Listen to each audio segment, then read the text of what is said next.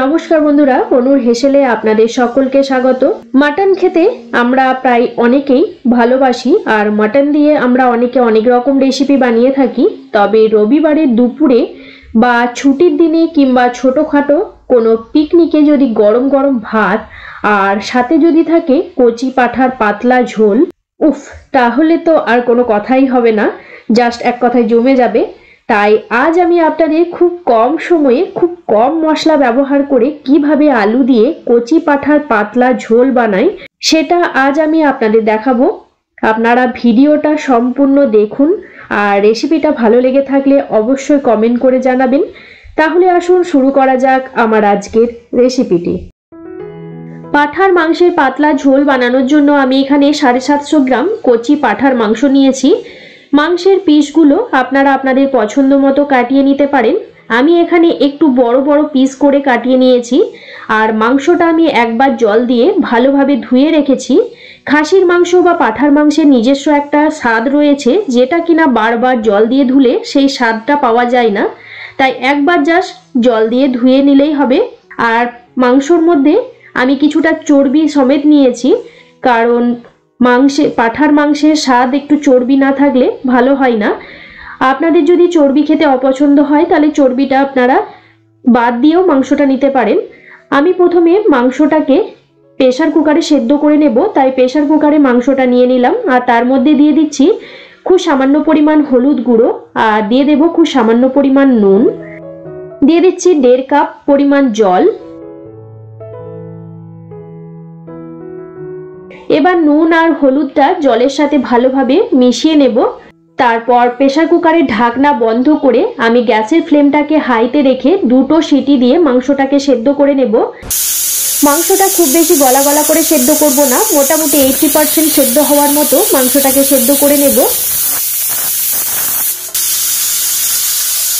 কুকারে 2টো সিটি পড়ে গেছে। এখন আমি গ্যাসের ফ্লেমটাকে বন্ধ করে দেব। আর কুকারটা যতক্ষণ না ঠান্ডা হচ্ছে ততক্ষণ আপনাদের দেখিয়ে দিই মাংসটা রান্না করার জন্য আর কি নিয়েছি। 4টা মিডিয়াম সাইজের পেঁয়াজ। পেঁয়াজটাকে আমি স্লাইস করে কেটে নিয়েছি। আর এখানে নিয়েছি 15 থেকে 20 কোয়া রসুন। নিয়ে নিচ্ছি 2 ইঞ্চি আদা। নেব 4টা পাকা লঙ্কা। আপনাদের কাছে যদি পাকা লঙ্কা না থাকে সেক্ষেত্রে কাঁচা লঙ্কা ব্যবহার করতে পারেন, কিংবা শুকনো লঙ্কাও বেশি দিতে পারেন। আর নিয়ে নিলাম 4টা শুকনো লঙ্কা। এবার এই মশলাগুলো আমি একটা পেস্ট তৈরি করে নেব। মিক্সি ছোট জারটা নিয়ে নিয়েছি, তার মধ্যে নিয়ে নেব আদাটাকে আমি ছোট ছোট টুকরো করে কেটে নিলাম, কারণ পেস্ট করতে আমাদের সুবিধা হবে, তাই আমি ছোট টুকরো করে কেটে নিলাম। মিক্সি জারের মধ্যে নিয়ে নিলাম আদা, রসুন, পাকা লঙ্কা, শুকনো লঙ্কা, সামান্য পরিমাণ জল অ্যাড করে আমি মশলাটা পেস্ট করে নিয়ে তারপর ফিরে আসছি। মশলাটা পেস্ট করে নেওয়া হয়ে গেছে। দেখুন মশলাটা মিহি পেস্ট তৈরি করে নেওয়া হয়ে গেছে। এখানে নিয়েছি 4টা বড় সাইজের আলু। আলুটাকে আমি খোসা ছাড়িয়ে 2 টুকরো করে কেটে রেখেছি। নিয়েছি 2টো মিডিয়াম সাইজের টমেটো। টমেটোটাকেও আমি বড় বড় ডুমো ডুমো করে কেটে রেখেছি। এবার রান্নাটা শুরু করব, তাই গ্যাসের মধ্যে কড়াই বসিয়ে নিয়েছি। কড়াইয়ের মধ্যে দিয়ে দেব 5 টেবিল চামচ সরষের তেল। তেল ভালোভাবে গরম হয়ে গেলে তেলের মধ্যে দিয়ে দেব টুকরো করে কেটে রাখা আলু। গ্যাসের ফ্লেমটাকে মিডিয়ামে রেখে আমি আলুগুলো ভেজে নেব। আর আলুর মধ্যে দিয়ে দেব খুব সামান্য পরিমাণ নুন, দেব খুব সামান্য পরিমাণ হলুদ গুঁড়ো। নুন আর হলুদ দিয়ে আলুটাকে আমি ভালো করে ভেজে নেব। যতক্ষণ না হালকা লালচে কালার ধরছে ততক্ষণ আলুটাকে আমি ভালো করে ভেজে নিচ্ছি। আলু ভালোভাবে ভেজে নেওয়া হয়ে গেছে। আলুগুলো আমি এখন তুলে একটা প্লেটের মধ্যে রেখে দিচ্ছি। এবার ওই তেলের মধ্যেই আমি ফোড়নে দিয়ে দেব 2 টুকরো দারচিনি, দেব 3টে ছোট এলাচ, আর দেব 2টো তেজপাতা। ফোড়নটাকে 10 থেকে 15 সেকেন্ড সময় ধরে গ্যাসের ফ্লেমটাকে মিডিয়ামে রেখে ভেজে নেব। ফোড়ন থেকে যখন সুন্দর গন্ধ বেরোতে শুরু হবে তখন এর মধ্যে দিয়ে দেব স্লাইস করে কেটে রাখা পেঁয়াজ। নাড়াচাড়া করে পেঁয়াজটাকে ভেজে নেব। যতক্ষণ না পেঁয়াজের মধ্যে হালকা ব্রাউন কালার ধরছে ততক্ষণ পেঁয়াজটাকে ভালোভাবে ভেজে নিচ্ছি। আর পেঁয়াজটা যাতে খুব তাড়াতাড়ি ব্রাউন কালার ধরে যায় তাই পেঁয়াজের মধ্যে দিয়ে দেব 1 চা চামচ চিনি। চিনিটা ক্যারামেলাইজড হয়ে গিয়ে পেঁয়াজটার মধ্যে খুব তাড়াতাড়ি সুন্দর একটা ব্রাউন কালার চলে আসবে। নাড়াচাড়া করে পেঁয়াজটাকে ভেজে নিলাম। দেখুন পেঁয়াজের মধ্যে ব্রাউন কালার এসে গেছে। এখন এর মধ্যে দিয়ে দেব টুকরো করে কেটে রাখা টমেটো। নাড়াচাড়া করে টমেটোটাকেও ভেজে নেব।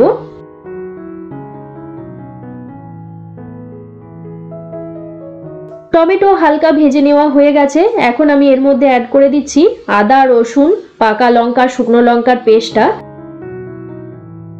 ভালোভাবে মশলাটাকে কষিয়ে নেব। যতক্ষণ না মশলার কাঁচা গন্ধ চলে যাচ্ছে ততক্ষণ মশলাটাকে কষাবো। এদিকে মশলাটা কষানো হোক ততক্ষণে আমি আপনাদের দেখিয়ে দিই যে মাংসটা কতটা সেদ্ধ হলো। এদিকে প্রেসার কুকারটা আমার ঠান্ডা হয়ে গেছে। প্রেসার কুকারের ঢাকনা খুলে আমি চেক করে নেব যে মাংসটা ঠিকঠাক সেদ্ধ হয়েছে কিনা। দেখুন মাংসটা কিন্তু একদম গলা গলা হয়ে যায়নি, সুন্দর সেদ্ধ হয়ে গেছে। আমার যে রকমটা দরকার ছিল ঠিক সেই রকমই সেদ্ধ হয়েছে। আমি এখন মাংসটাকে সাইডে রেখে দেব আর মশলা ভালোভাবে কষিয়ে নিচ্ছি। মশলার কাঁচা গন্ধ চলে গেছে, মশলা ভালোভাবে কষিয়ে নেওয়া হয়ে গেছে। এখন আমি কিছু গুঁড়ো মশলা অ্যাড করে দেব। যেমন দিয়ে দিলাম 1 চা চামচ হলুদ গুঁড়ো, 1 চা চামচ দিয়ে দিচ্ছি নুন। নুনটা অবশ্যই আপনারা আপনাদের স্বাদ অনুযায়ী দিয়ে নেবেন। আর দিয়ে দিচ্ছি 1/2 চা চামচ ধনে গুঁড়ো, 1/2 চা চামচ জিরে গুঁড়ো, দেব 1 চা চামচ কাশ্মীরি লঙ্কার গুঁড়ো। এই লঙ্কার গুঁড়োটা দিলে রান্নার রংটা ভীষণ সুন্দর হয়, এটা কোনো ঝাল হয় না। আর দিয়ে দিলাম 1/2 চা চামচ গরম মশলা গুঁড়ো। মাংস সেদ্ধ করার যে জলটা ছিল সেই জলটা দিয়েই আমি মশলাটা খুব ভালোভাবে কষাবো। মাংসের মশলা যত ভালোভাবে কষানো হয় মাংসের স্বাদ কিন্তু ততটাই ভালো হয়। আমি ওই মাংস সেদ্ধ করার জলটা দিয়ে মশলাটাকে ভালোভাবে কষিয়ে নেব। যতক্ষণ না মশলা থেকে তেল সেপারেট হয়ে আসছে ততক্ষণ মশলাটাকে ভালোভাবে কষাবো। মশলাটা মোটামুটি অনেকটাই কষানো হয়ে গেছে। এখন আমি এর মধ্যে অ্যাড করে দেব বড় চামচের 4 টেবিল চামচ ফেটিয়ে নেওয়া টক দই। টক দইটা দেওয়ার পরও আবারও আমি মশলাটাকে ভালোভাবে কষিয়ে নিচ্ছি। মশলা বেশ ভালোভাবে কষিয়ে নেওয়া হয়ে গেছে। এখন আমি এর মধ্যে দিয়ে দেব ভেজে রাখা আলু আর দেব সেদ্ধ করে রাখা পাঁঠার মাংস।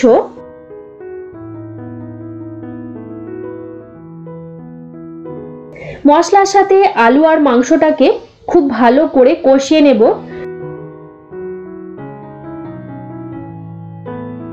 মশলার সাথে ভালোভাবে মাংসটা মিশিয়ে নেওয়ার পর ঢাকনা বন্ধ করে আমি মাংসটাকে ভালোভাবে কষাবো। আর মাঝে মাঝে একবার করে ঢাকনা খুলে নাড়াচাড়া করে নেব। মোটামুটি 3 থেকে 4 মিনিট পর আমি ঢাকনাটা খুলে একবার করে নাড়াচাড়া করে নিচ্ছি। একবার ভালোভাবে নাড়াচাড়া করে নেওয়ার পর আবারও ঢাকনা বন্ধ করে দেব। আর মাংসটা যাতে তলায় লেগে না যায় তাই সামান্য পরিমাণ জল অ্যাড করে দিচ্ছি। জলটা ভালোভাবে মশলার সাথে বা মাংসের সাথে মিশিয়ে নিচ্ছি। এইভাবে ঢাকনা বন্ধ করে করে যদি মাটন কষানো যায় তাহলে মাংসের স্বাদটা কিন্তু ভীষণ ভালো হয়। আপনারা একবার অবশ্যই এইভাবে রান্নাটা করে দেখবেন, রান্নার স্বাদটা কিন্তু ভীষণ ভালো হয়। আমি এই সময় অ্যাড করে দিলাম কিছুটা মাংসের চর্বি। পাঁঠার মাংস বা খাসির মাংসতে যদি চর্বি দেওয়া হয় তাহলে মাংসের গন্ধ বা স্বাদ কিন্তু ভীষণই ভালো হয়। আপনাদের যদি অপছন্দ হয় চর্বি দিতে তাহলে অবশ্যই এই চর্বিটাকে স্কিপ করতে পারেন। ঢাকনা বন্ধ করে রান্নাটা করছি। 5 থেকে 7 মিনিট পর আমি ঢাকনাটা খুলে একবার নাড়াচাড়া করে দেব।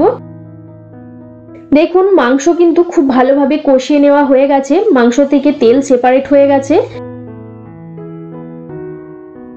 ভালোভাবে নাড়াচাড়া করে নেওয়ার পর এর মধ্যে দিয়ে দিচ্ছি সেদ্ধ করে রাখা যে জলটা ছিল সেই জলটা দিয়ে দেব। যেহেতু আমি এটা পাতলা ঝোল করব, তাই আমি আরও কিছুটা গরম জল অ্যাড করে দিলাম।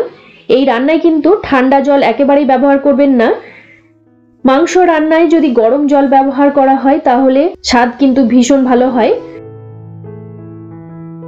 ঝোলটা ফুটে উঠেছে, আমি এখন ঢাকনা বন্ধ করে রান্নাটা করব। যতক্ষণ না আলু আর মাংস খুব ভালোভাবে সেদ্ধ হয়ে যাচ্ছে ততক্ষণ রান্নাটা করব। মোটামুটি 20 থেকে 25 মিনিট পর আমি ঢাকনাটা খুলে দিলাম। দেখুন আলু আর মাংস কিন্তু আমাদের খুব ভালোভাবে সেদ্ধ হয়ে গেছে। মাংসটা তো আমাদের মোটামুটি অনেকটাই সেদ্ধ করা ছিল, তাই বেশিক্ষণ সময় লাগেনি সেদ্ধ হতে। একদম চটজলদি আলু দিয়ে কচি পাঁঠার পাতলা ঝোল আমাদের রেডি। আমি এখন গ্যাসের ফ্লেমটাকে বন্ধ করে দিলাম। আর আজকের দিনটা ছিল রবিবার, তাই রবিবারের দুপুরের মেনুতে ছিল গরম গরম ভাত আর তার সাথে কচি পাঁঠার পাতলা ঝোল। ঝোলটা দেখতে যতটা সুন্দর হয়েছিল খেতে ঠিক ততটাই সুন্দর হয়েছিল। দেখুন মাংসটা কত সুন্দরভাবে নরম হয়েছে আর ভেতর থেকে খুব সুন্দরভাবে জুসি ছিল। তাহলে বন্ধুরা, আমার আজকের আলু দিয়ে কচি পাঁঠার ঝোলের রেসিপি যদি আপনাদের ভালো লেগে থাকে তাহলে ছুটির দিন দেখে আপনারাও বাড়িতে বানিয়ে দেখতে পারেন। আশা রাখি আমাদের মতো আপনাদেরও ভীষণ ভালো লাগবে। আজকের রেসিপি আপনাদের কেমন লাগলো কমেন্ট করে জানাতে কিন্তু ভুলবেন না। অবশ্যই একটা লাইক করবেন, বন্ধুদের সাথে শেয়ার করবেন।